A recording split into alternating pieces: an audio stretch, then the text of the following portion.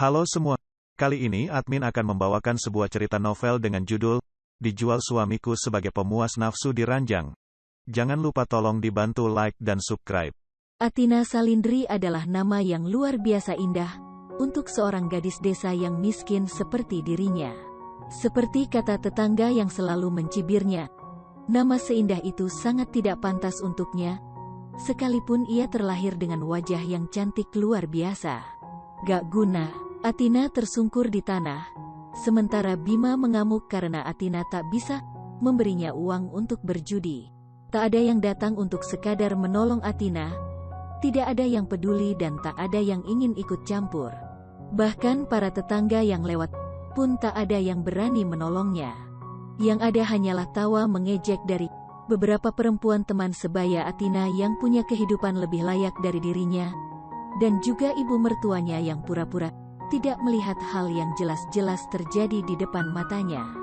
Sebuah pukulan keras dari kayu rotan itu menodai betis Athina yang putih mulus seputih susu. Luka dari pukulan itu meninggalkan rasa perih yang menyiksa. Walau rasa sakitnya sangat menyengsarakan, tapi Athina enggan menangis. Sejujurnya ia ingin memberontak, membalas semua perlakuan kasar itu, dan terkadang ia ingin membunuh suaminya, menghancurkan seluruh hidup keluarga Bima serta hidup dirinya sendiri. Namun, ia tidak bisa egois seperti itu. Ada emak dan abah yang harus ia pertahankan harkat martabatnya. Karena belum bisa menaikkan derajat kedua orang tuanya, setidaknya Athina tidak boleh mempermalukan kedua orang tuanya dengan menjadi seorang perempuan yang gagal mempertahankan biduk rumah tangganya sendiri. Gak ada, mas, aku gak punya uang lagi. Beneran, aku gak bohong. Halah, pasti diumpetinkan duitnya. Ngaku, kerja keras jadi buruh cuci dari rumah ke rumah, masa gak dapet duit? Athina tersentak tiap kali mendapat pukulan demi pukulan itu. Ia bahkan tak sanggup untuk sekadar berteriak kesakitan karena jika ia melakukannya, pukulan itu akan semakin membabi buta, dan orang-orang akan semakin mentertawakannya. Uangnya aku pakai buat beli minyak sama beras, mas. Udah habis, telur saja gak kebeli, ucapnya tertahan. Athina tidak bisa menyelesaikan kalimatnya, ketika tangan besar nan kasar itu meraih lehernya dan mencengkeram erat di sana. Bima mencekiknya. Istri sialan, geramnya murka. Bima semakin mengeratkan cengkeraman.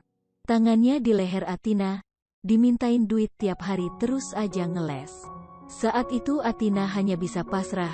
Lehernya yang tengah dicekik dengan kasar itu sudah terasa akan remuk.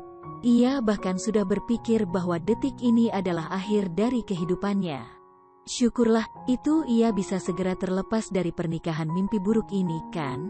Namun, sayangnya Tuhan memang maha pemurah lagi maha penyayang. Athina masih diberi kesempatan untuk kembali bernapas dan tetap hidup, ketika deru mesin mobil itu berhenti di depan rumahnya, yang hanya berupa gubuk tua terbuat dari anyaman bambu dengan lantainya masihlah tanah merah, karena mereka tidak ada biaya untuk sekadar memasang keramik. Hutangmu, Bima, lagi-lagi kamu ingkar janji dan tidak membayar hutangmu, ucap sebuah suara bariton yang belum pernah didengar oleh Athina. Seketika, Bima melepaskan cekikikan tangannya pada leher istrinya, lalu menatap lawan bicaranya itu dengan ketakutan besar yang tercipta jelas di wajahnya. Bukan gitu, Pak Mandor. Saya mau bayar kok. Cuma gimana ya, istri saya ini sedang hamil, jadi uangnya dipakai buat periksa ke bidan. Janji deh Pak. Nanti saya akan bayar. Alibinya.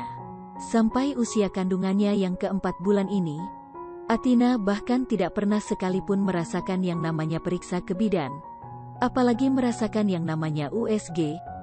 Ia bahkan harus tetap bekerja dalam kondisi perut buncit dan masih bersyukur, karena masih ada yang mau memberikannya pekerjaan, di saat orang-orang lain menolak memperkerjakannya. Realistis saja, siapa yang berani memperkerjakan seorang wanita hamil? Banyak alasan, desis pria setengah baya yang dijuluki sebagai Pak Mandor itu.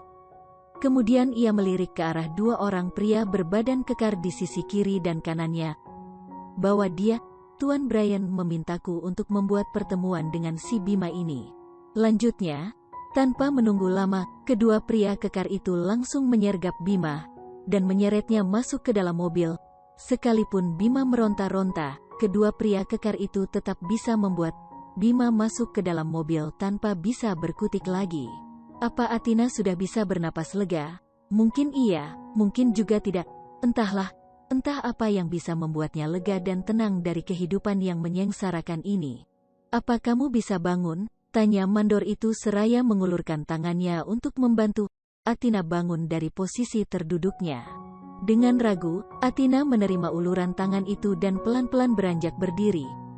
Saat itu pula lah rasa sakitnya semakin terasa dan sangat menyiksanya. Perih, linu dan sensasi seperti patah itu pun seketika mendera betisnya yang penuh oleh bekas luka pukulan rotan. Saat itu luka-luka di paha Athena masih bengkak dan menggurat memerah. Athena terhuyung, lalu dengan cekatan mandor itu menyangga tubuh Athena, dan perlahan membawanya untuk duduk di kursi bambu yang sudah mulai berderit. Tanda bahwa paku-paku yang menyambung antar bambu itu mulai karatan dan longgar. Untuk beberapa saat, mandor yang berkisaran usia 40 tahunan itu memandangi wajah Athena lekat-lekat. Ia cukup merasa iba sekaligus miris, karena Athena seperti sebongkah berlian yang salah tempat. Athena sangat cantik, hidung mancung dengan bentuk yang sempurna, bola matanya berwarna coklat terang yang hampir terlihat seperti warna hazel, bulu mata yang lentik dan bibir ranum yang merona merah, walaupun tidak pernah sekalipun terpoles lipstik. Iya, Athena tidak pernah memakai lipstik kecuali pas ia menikah 1 tahun yang lalu. Itulah yang pertama, sekaligus yang terakhir Athena memakai lipstik.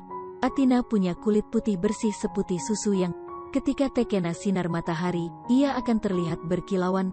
Berapa bulan? Tanya mandor itu tiba-tiba. Ya, berapa bulan usia kandunganmu? Oh, baru 4 bulan, Pak Mandor. Athena menjawab singkat. Perempuan atau laki-laki? Tidak tahu, Pak. Saya belum pernah USG. Ucap Athena sedikit sungkan. Ia menundukkan kepalanya, tak berani beradu tatapan dengan pria yang asing baginya itu.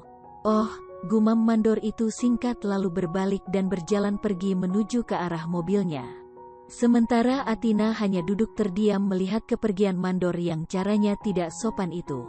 Dengan susah payah, Athena beranjak bangun dan melenggang masuk ke dalam rumahnya. Ia lelah, ia ingin tidur saja. Namun, saat terbaring di atas kasur kapuknya yang lusuh, Athena tidak serta-merta langsung tertidur. Padahal tubuh dan pikirannya sangat lelah, tapi ia bahkan tidak bisa memejamkan matanya sama sekali.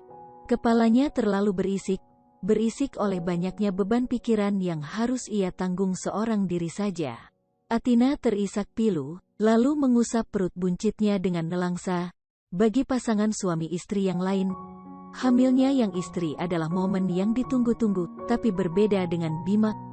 Bima seolah-olah tidak pernah mengharapkan bayi ini. Pria itu tidak peduli, katanya pernikahan itu indah, tapi apa ini? Pernikahan ini sudah seperti hukuman mati untukku. Gumam Athena sedih, hidupnya sengsara dan pernikahan ini adalah kutukan yang mengerikan. Di sisi lain, dengan kasar, tubuh Bima diseret ke ruang bawah tanah, lalu dilemparkan tepat di bawah kaki pria lumpuh yang duduk di kursi rodanya. Walau dalam keremangan cahaya yang minim, tapi Bima bisa melihat dengan jelas dan memastikan bahwa pria yang ada di hadapannya itu punya dagu yang bengkok, seperti orang stroke. Tuan, maaf Tuan, ini cuma salah paham, hutangnya pasti saya bayar, mohon Bima dengan panik. Lalu memeluk erat kaki pria di hadapannya itu. Pak Mandor yang melihat itu, hanya berdecak dan mendelik muak. Percuma berbicara dengan tuanku karena dia hanya bisa melihatmu tanpa bisa mendengarkan suaramu, tuanku tuli. Lagi pula jangan berbicara omong kosong, aku tahu kalau dirimu hanya berbohong, kamu gak akan bisa bayar hutangmu, Bima. Bisa, Pak. Saya bisa bayar hutangnya, bantah Bima cepat. Kemudian, ia beringsut mundur dan bersimpuh di kaki sang mandor. Mau bayar pakai apa? Kamu miskin, Bima. Makan saja masih mengandalkan uang istrimu, cibirnya. Saya punya barang berharga, saya akan jual itu ke tuan, mungkin bisa melunasi hutang saya, katanya. Barang apa? Cerita bersambung ke episode berikutnya. Terima kasih. Jangan lupa like dan subscribe.